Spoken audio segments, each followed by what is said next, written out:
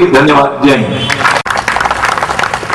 मुझे बहुत ही पसंद आया कि आज इंटक के साथियों से मुझे मिलने का अवसर मिल रहा है। विद्युत मंडल मजदूर फेडरेशन मोहन सिंह भाटी जी के नेतृत्व में मंडल जोशी जी से भी कई बार इस संबंध में बातचीत हुई। लगातार जो मोहन सिंह भाटी जी खुद ने कहा कि आप लोग अपनी मांगों के लिए संघर्षरत रहे। मेरी भी कई बार बातचीत हुई है लंबे अरसे के बीच में, पर जब संयोग होता है तभी फैसले होते हैं। कई बार मजबूरी होती है, कई बार कोई समस्या को समाधान हो नहीं पाता के कारण से। और मेरे को याद है कि जब हम लोग रिफॉर्म कर रहे थे विद्युत बोर्ड को रिफॉर्म करके 5 कंपनियों में जब उनको फैसला किया गया तब भी आप लोगों ने पूरा साथ दिया। उसके लिए मैं आपको धन्यवाद देना चाहता हूँ। पूरे देश में रिफॉर्म चल रहे थे, अगर आप साथ नहीं देते तो रिफॉर्म तो होते परंतु वक्त लगता। और मैं समझता हूँ कि वक्त के साथ में अगर हम लोग फैसले नहीं करें तो उसका नुकसान पूरे कर्मचारियों को भी और सरकार को भी और पब्लिक को भी उसके नतीजे भुगतने पड़ते हैं। तो आज राजस्थान उन राज्यों में, अब तो कई राज्यों में रिफॉर्म हो चुके हैं, जब पहले 2-3 राज्यों ने रिफॉर्म करने में कामयाबी हासिल की, उन राजस्थान भी एक रहा। पर कंपनी बनने के बावजूद भी समस्याओं के समाधान लगातार होते रहे, ये हमारा प्रयास है। उसी दिशा में ये जो आपकी मांगे थी जिसके बारे में भी बताया गया, लंबे समय से उन मांगों को पूरा करने का फैसला किया। आप लोग सब बधाई के बाद, और मैं आपको विश्वास दिलाता हूँ कि आपकी जो भी वाली मांगे भविष्य में होगी उस पर सरकार पूरी तरह सहानुभूतिपूर्वक विचार करेगी।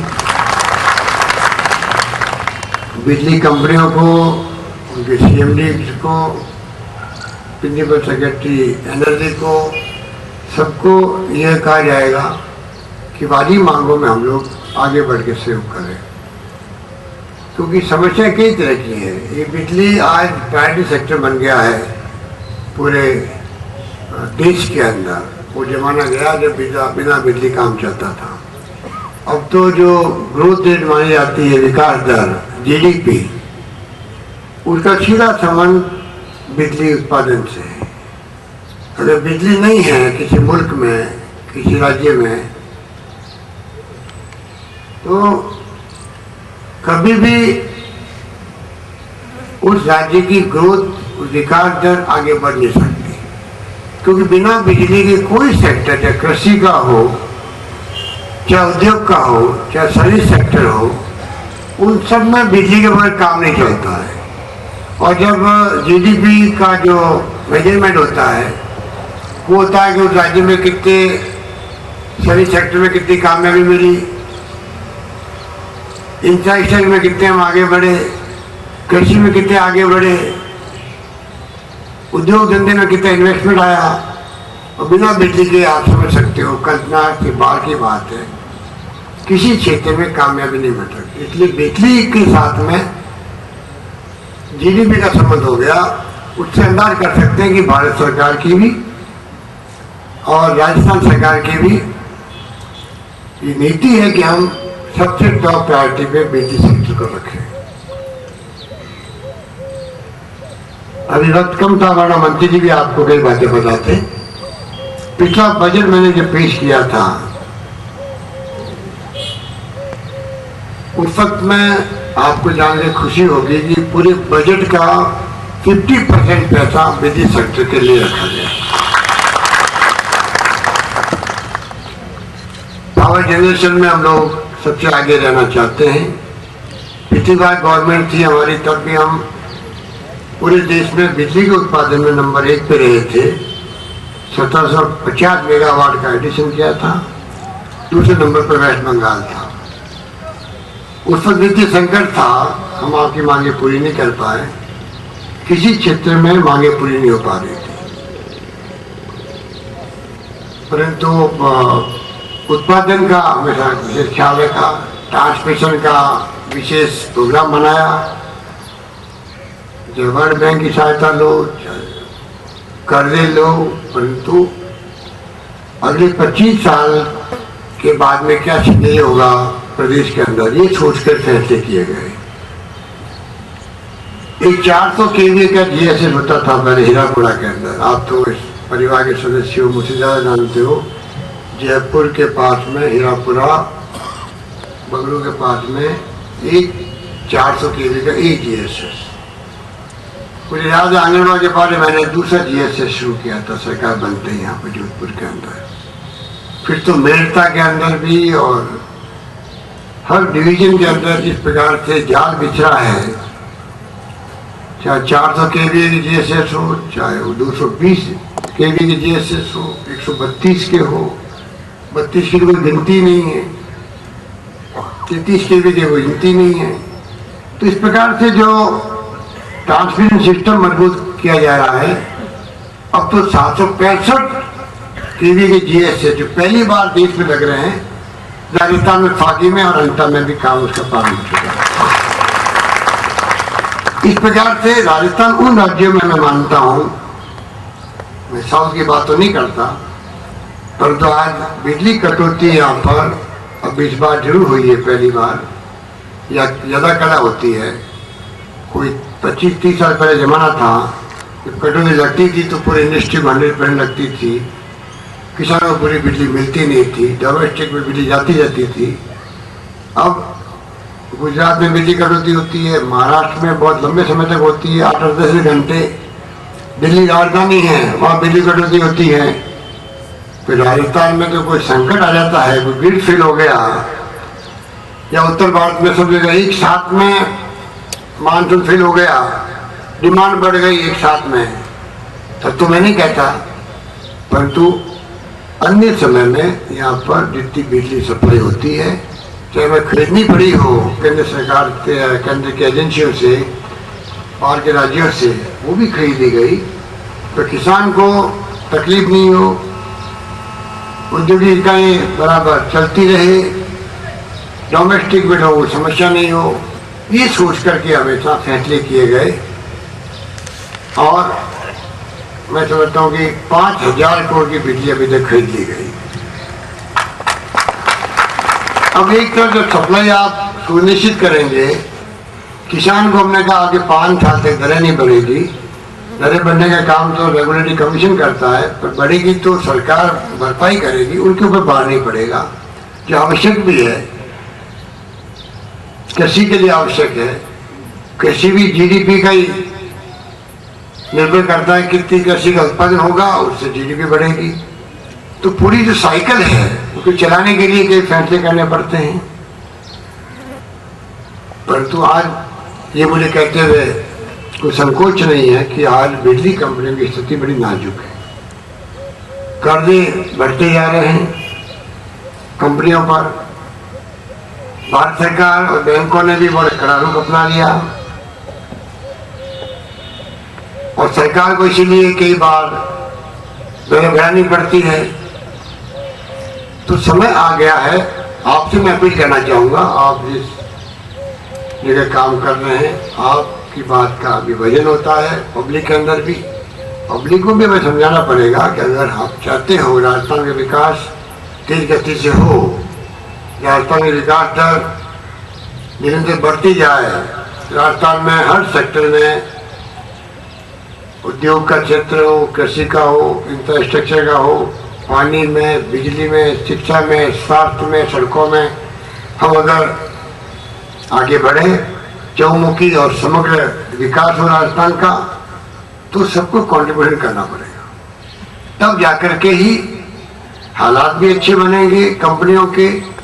सरकार की मंशा जो इस सेक्टर को प्रायोरिटी देने की है, उत्पादन में भी, ट्रांसमिशन में भी और वितरण के अंदर भी उसमें दे पाएंगे। और ये कोई कम बात नहीं कि अभी जो 44% TND लॉसेस थे वो आप सबके सहयोग से आज कम होते होते मैं समझता हूँ करीब 19% पे आ गए, 19 पे आ गए। और हर साल 2% और कम कैसे करें, ये योजना बनाई गई है। और ये ऐसा सेक्टर है जहाँ 1% कम होने की बहुत बड़ी बात होती है, करोड़ अरबों रुपये बचते हैं उससे। पावर प्लांट लगते हैं हमारे 250 मेगावाट का प्लांट लगाते थे हम लोग सूरजगढ़ के अंदर। अगर 6 महीने पहले प्लांट लगा दिया तो 80 करोड़ बचते थे उस जमाने के अंदर।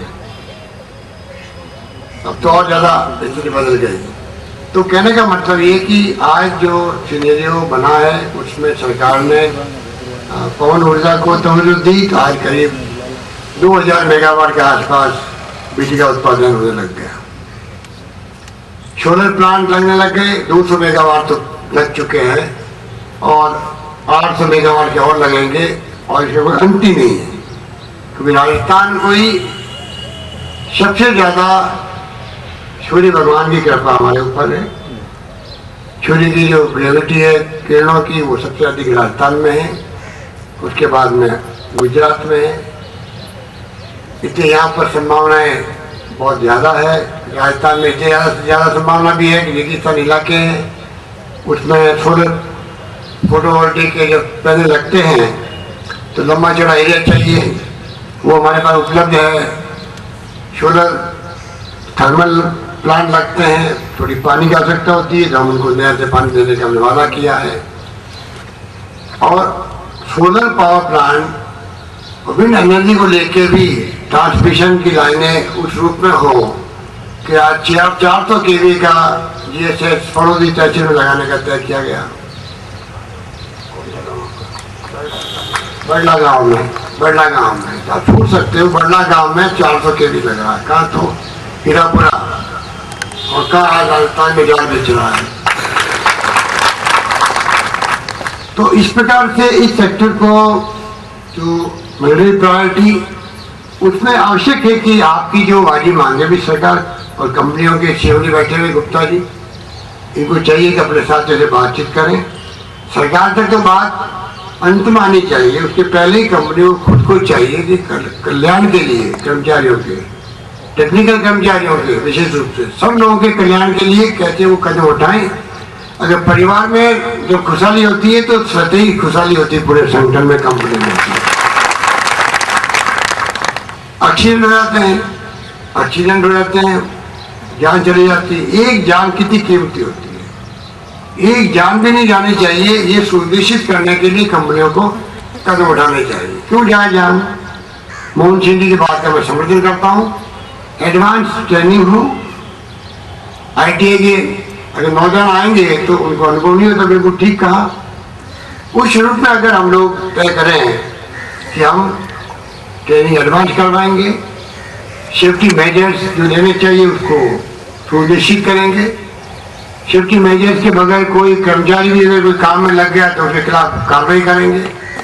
उसको भी इस बात का भय होना चाहिए कि अगर मैं लापरवाही कर गया तो सरकार कंपनी मेरे खिलाफ कार्रवाई कर सकती है, इतना भय उसमें भी होना चाहिए। एक जान क्यों चली जाए? जान जाने का मतलब पूरा परिवार, तो कितना बड़ा हादसा होता है वो कल्पना कर सकते हैं। और फिर एक्सीडेंट केस में भी जो मुआवजा मिलना चाहिए जिस रूप में, चाहे पब्लिक के आदमी को चाहे वो कंपनियों के कर्मचारियों को, उस रूप में भी सोच बदलनी चाहिए। कई बार गांव में मालूम पड़ता ही नहीं है, करंट लग गया, हाथ जल गया, हाथ कट गया। मैंने ऐसे देखे दोनों हाथ कटे हुए हैं कि ये पैर कटा हुआ है। जनसर्वे में आते मेरे पास में एक नया पैर उनको नहीं मिलता था। फिर मैंने जब प्रयास किए तो करीब 1.5-2 लाख रुपए उसको मिलने लगे। यही बात लागू होती है सबके ऊपर कि हम लोग सरकार में हैं, हमारी जिम्मेदारी बनती है कि हम एक तरफ कहते हैं हम पारदर्शी, संवेदनशील और जवाबदेह प्रशासन देंगे, तो उसी भावना के साथ में हम काम भी करना चाहते हैं। और मुझे उम्मीद है कि इंटक का अपना इतिहास है देश के अंदर, प्रदेश के अंदर। दामोदर मौर्य जी और बी चौधरी जी, गिरिधारी व्यास, हृदय शर्मा तो अभी भी कोई 100 साल के आसपास में है। मैं मिलके आता रहता हूँ उनसे, अभी महीना भर पहले मिलके